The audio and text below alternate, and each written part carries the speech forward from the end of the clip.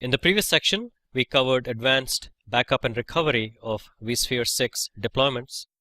In this section, we are going to cover advanced vSphere 6.x security. Specifically, we're going to take a look at the ESXi firewall, which is almost like the last line of defense. We will look at it in extensive detail, both from the perspective of the command line, as well as adding new services, and from the perspective of the vSphere web client. We will then look at two key vSphere 6.x security documents, one being the hardening guide and the other the security guide. We will look at the key feature of vSphere 6.x, which is a huge advance over anything that had come before, is the vSphere 6 single sign-on SSO architecture. A tremendous leap forward, very simple to understand, and yet very, very sophisticated and secure. We will look at the nitty-gritty of certificate management. We will look at what one can do with certificate management from a vSphere web client perspective, as well as we will look into the various CLIs that exist to manage certificates, because certificates are one of the key aspects of the single sign-on architecture, and all communication between various vSphere components is all encrypted and authorized and authenticated based on certificates. We will look at command line interfaces for vSphere 6.x, and for all the topics above, we will have extensive labs. In this video, we are going to cover vSphere 6.x Firewall Management. We are going to take a look at the vSphere 6.x firewall from a web client perspective. We will look at the vSphere 6.x firewall command line, the ESX CLI network firewall command structure, and we will look at service management, especially the firewall services and the rule sets, adding in new rule sets where they don't exist, enabling them, disabling them, and see what they come up like on the web client. So here we are once again logged in into vSphere web client. Let's just take a quick look to see where we are. So I have the vCenter 192.168.0.220, and it's working in linked mode with a second vCenter at the address .221, which is managing a second site, which is the Pact Publishing Site 2. So this is my headquarters site for Pact Publishing.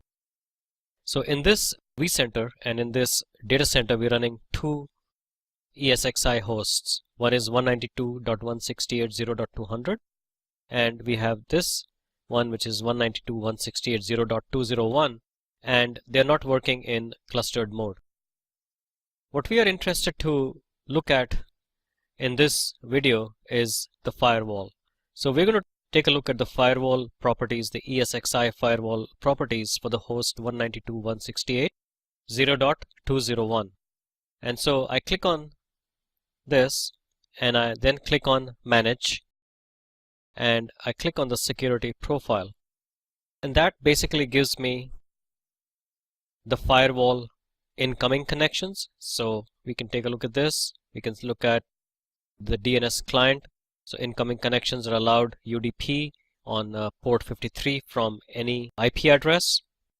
We can look at a few others. SSH server, for example, runs on port 22, and again, it allows connections from all IP addresses. Of course, this can be changed, which you probably already know. So we can actually change that by looking at the allowed IP addresses, and then instead of allowing connections from any IP addresses, we can remove the check mark from there and then enter a comma separated list of IP addresses which are allowed. We're going to leave this alone because I think you already know how to look at this. And we keep going. You can see the outgoing connections, which is right here, outgoing connections, and then you have the services which are running or stopped, and of course before that we had the incoming, outgoing, and the services. So this is the basic configuration that is available in the vSphere web client when you actually go into the host, ESXi host, and then click on Manage System Security Profile. And of course from there you can manipulate your services, your lockdown mode, and so on. Now, what we are going to do is to look at what one needs to do to the VMware ESXi host firewall when a new service needs to be installed, something that doesn't exist in here. How does one actually go about doing that? So we are going to now go and look at the ESXi shell for this host 192.168.0.201. So here I have secured shelled into 192.168.0.201. I have a putty session in here, and let's do a cd to /etc/vmware. When I list in here, you can see there are many files in here, and the one directory that we're interested in is the firewall directory. So I'll do a cd to firewall. Let's take a look, see what we have in there. It looks like we have two XML files. There's the service.xml file and a vr2c.xml file. Also, let's do a long list here, and you can see that the two XML files are read-only.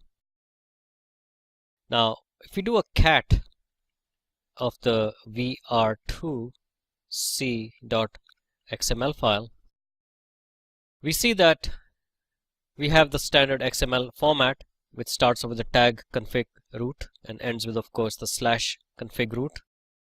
There's a service ID in there, and there's an ID name in there, replication to cloud traffic.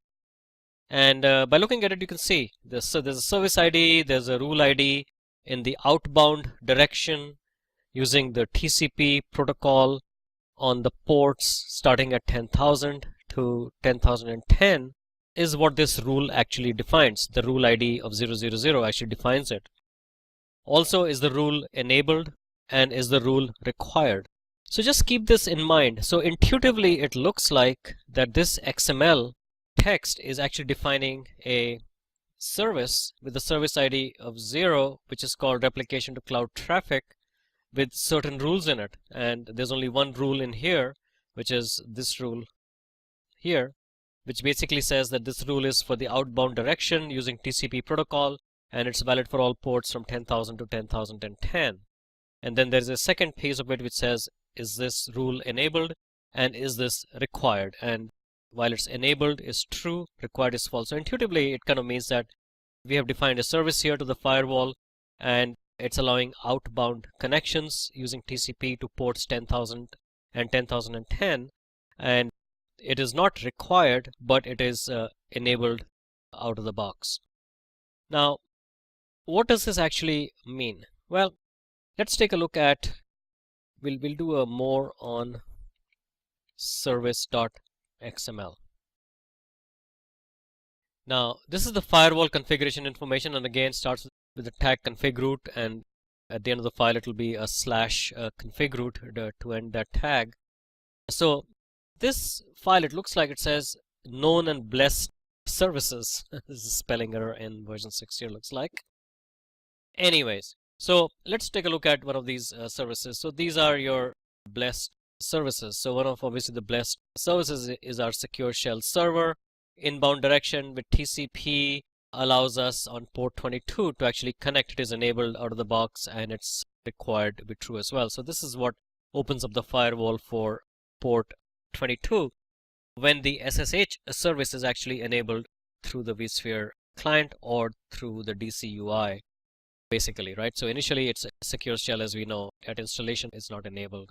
So the DC UI shell and the SSH server has to be enabled. Okay, so it looks like this is the format that we're looking for to put in new services.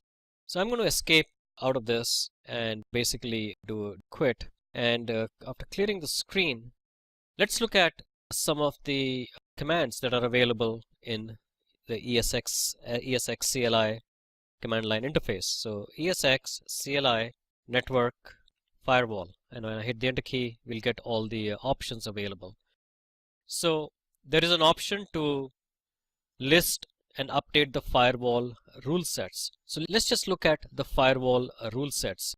Intuitively speaking, again, it seems like a rule set is a set of firewall rules. Let's see if that is true. So ESX and we key in rule set, and it'll say list. Let's look at the list option, and we list them. And it seems that there are many of these in here, and these are there's a vSphere client and so on, and we can pipe this to more to see if we can see the secure shell.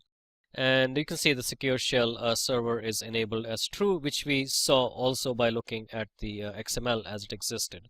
But this is the running configuration. That was configuration in the XML format. Obviously, this is derived from that.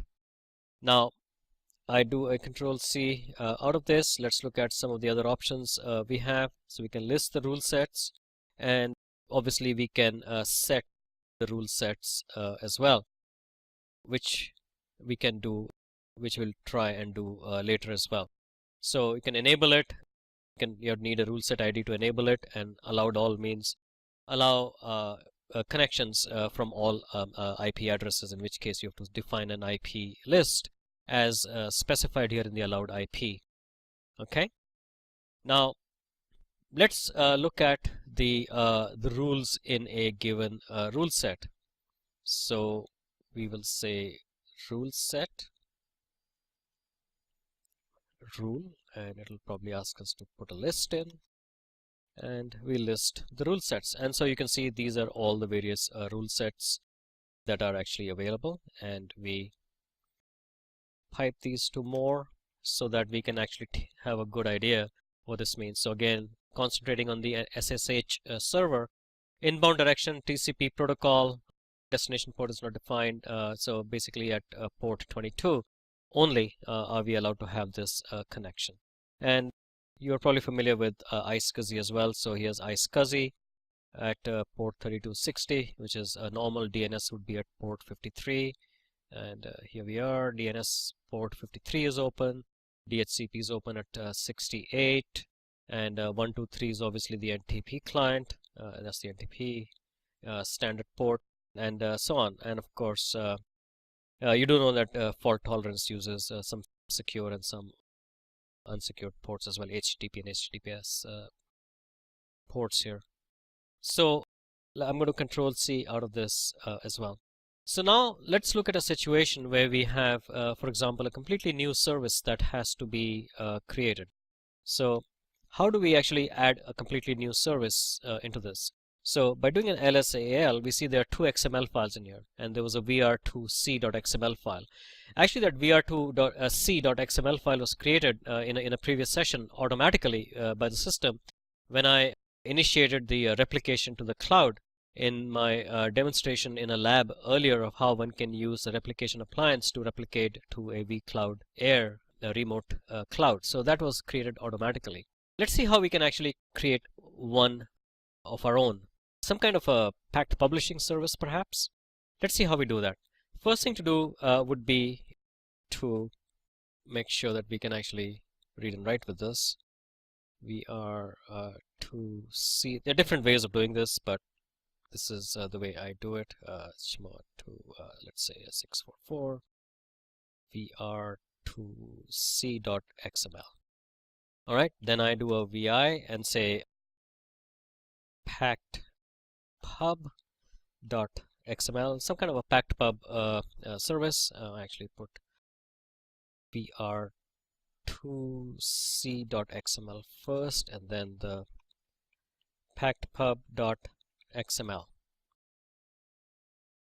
and we then count of these. So I do a 16 YY, so I've yanked 16 lines, and then what I do is I put the colon, I say next, so it takes me to the other file that I specified, which is my packed pub.xml.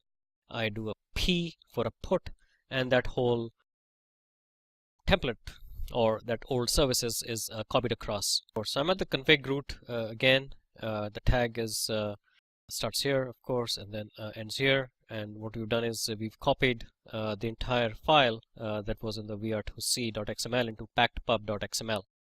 What we're going to do now is to attempt to see how we can change this to modify it for packed pub. So I do a CW for change word and say my service ID is 12,000. Hit escape. I will change the name of this and call it, I can change the word here, change word, packed pub to cloud traffic. I hit escape. Keep the first rule in there, it's fine. I can actually change this to say change word again to 12,000 and escape and go back in here again, change word to 12,000, say let's say 002, escape, and we can change, instead of being it enabled, I say change word and make it false. We can use the CLI to actually enable that. And we have now created the XML for the service ID of 12,000 for packed pub to cloud traffic at port 12,000 to 12,002. I hit escape, I do a colon, and I do a right quit. Now let's do an ls-al, and you can see we have this packed pub.xml file there. It has the same permissions as before. We can obviously change that. And what we're going to do now is we will ESX CLI network firewall rule set list, and we can see we don't see anything which is called packed pub to cloud traffic here at all. What one needs to do is we have to, the firewall is already loaded, so we don't have to load it, we have to refresh it. So we refresh the firewall and we retrieve the rule set again, and you can see right at the end here there's packed pub to cloud traffic is now available. So what has happened is that it read all the XML files in that directory, and that's how it found out all about those services. So here's the packed pub to cloud traffic there. Of course it is not enabled right now because it says false. So what we have to do is to enable this. The way that's done is network firewall rule set. Let's do it the step-by-step way, and we say set, and we hit enter again. We need to enable it, and we need to specify the rule set ID. So we need to enable it, and we need to specify the rule set ID. And what we do is to rule set set -e true -r, and the rule set ID is, because it's actually two words, packed pub to cloud traffic. Do a cut and paste here, copy and paste rather, and then I go back in here and I do this. Okay, once we've entered that, let's do a rule set list again, and we should see that the packed pub to cloud traffic rule set is now enabled, and because this is now says it's true.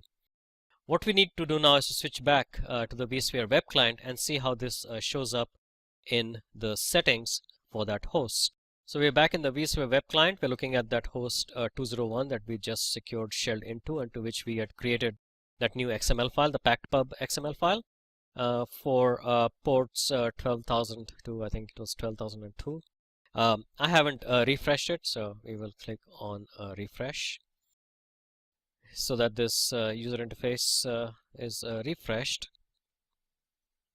and we see that we have packed pub to cloud traffic at 12,000 TCP from all IP addresses, or rather in this case it's two all IP addresses enabled.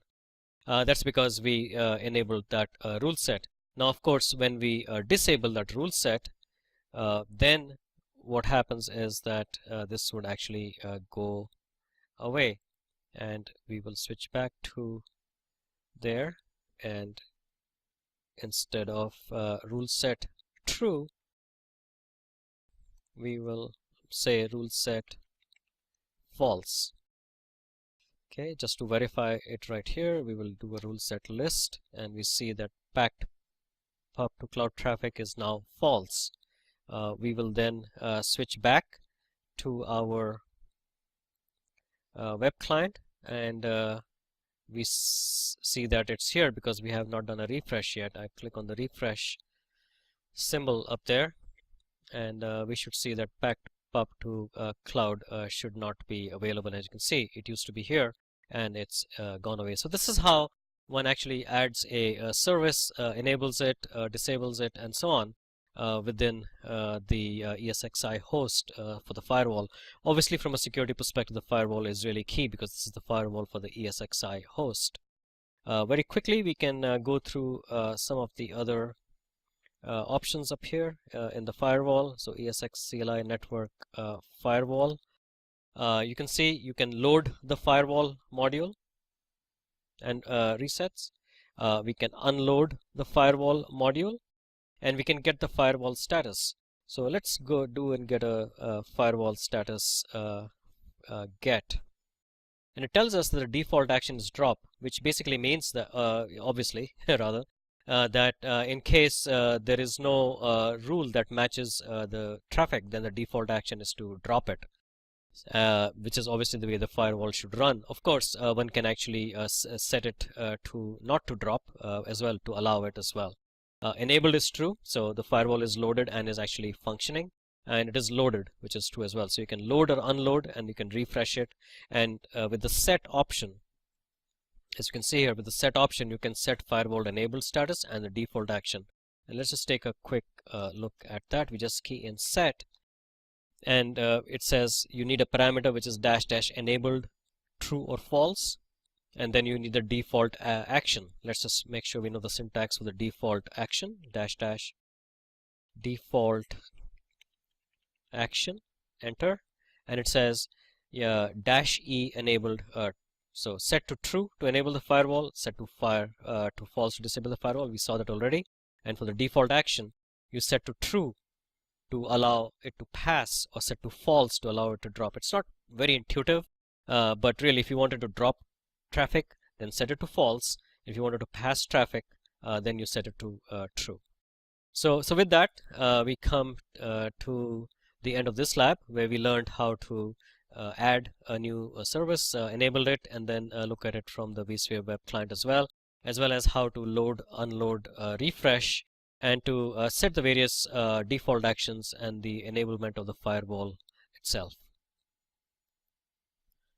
In this video, we covered very extensively the ESXi version 6.0 firewall.